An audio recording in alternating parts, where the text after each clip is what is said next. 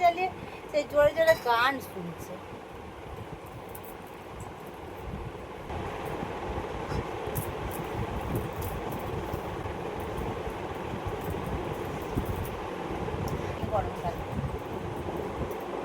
তো গাইস দেখো, এখনই আমি চান করলাম আর ক্রিসের এখনও রান্না হয়নি, আর আমি 2-3টে রান্না কমপ্লিট করে আমি স্নান করে চলে এলাম। আর ও কী করছে মানে আমি ভেবে পাচ্ছি না। তো চলো আমি একটু লাগাই, ঠিক আছে?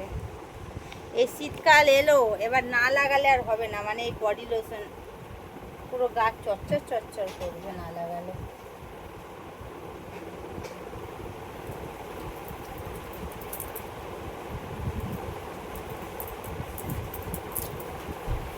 আজ মাথা শ্যাম্পু ট্যাম্পু করে স্নান টান করে একদম আমি ফ্রেশ। আমি ভেবেছি মানে কিসের রান্না কমপ্লিট আর গিয়ে খেতে বসে যাব।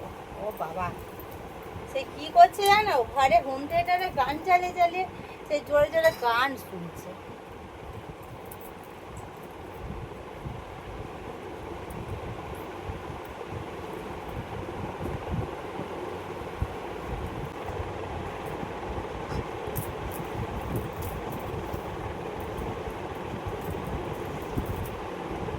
হাতে পায়ে সবাই বডি লোশন বেশি বেশি করে লাগাও, এই শীতকাল আসছে তো, নালে পুরো পা হাত পা ফেটে ফেটে একদম বাজে অবস্থা হয়ে যাবে।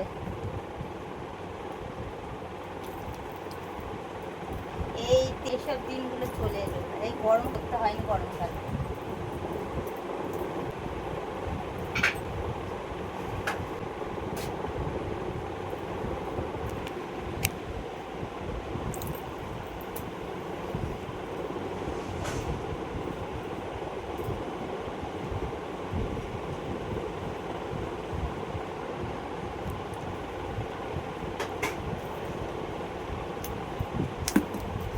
এবার চুলে সিরাম।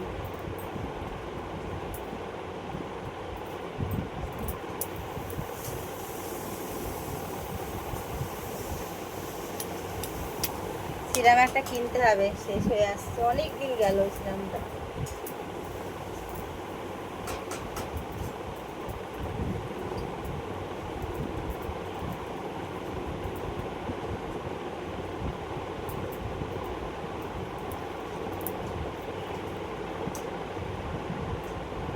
নাইটিটা আমার ফিটিংস করতে হবে, দেখো কতটা কাটিং, মানে অনেকটা আমি একটুখানি টাইট করে করে এখন একটু রোগা হয়ে গেছে বলে নাইটিটা এরকম বড় বড় লাগছে, নাহলে আগে নাইটিটা একদম আমার গায়ে ফিটিংস হতো, টাইট ফিটিংস।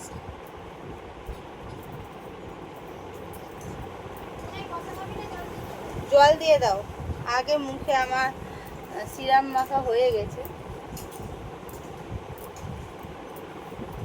এই শীতকালে কত কিছু ব্যবহার করতে হয় বলো তো, বডি লোশন, তারপরে ময়শ্চারাইজারটা তো 12 মাসে ইউজ করি, নালে একটুখানি ইয়ে করলে দেবে গা হাত পা খসখস করা শুরু করে দেবে, অসহ্য লাগে।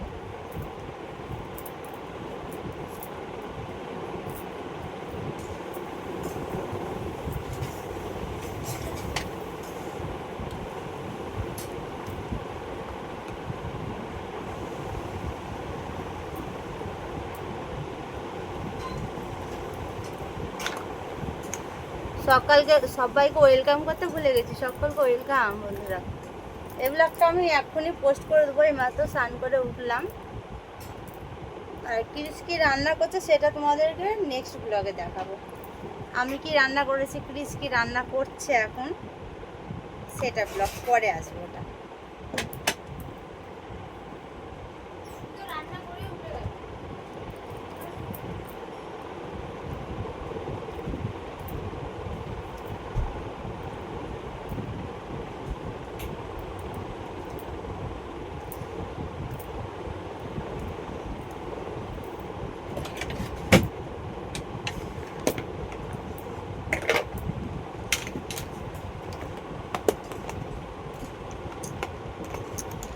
স্নান করে উঠে একটু সিঁদুর না লাগালে শীতেটা এখন ফাঁকা ফাঁকা লাগে।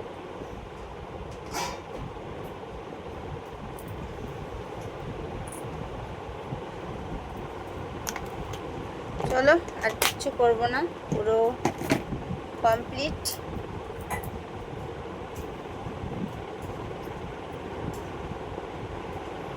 তো চলো এই ব্লগটা যদি ভালো লেগে থাকে তাহলে একটা লাইক কমেন্ট শেয়ার করে দিও। তো সবাইকে টাটা।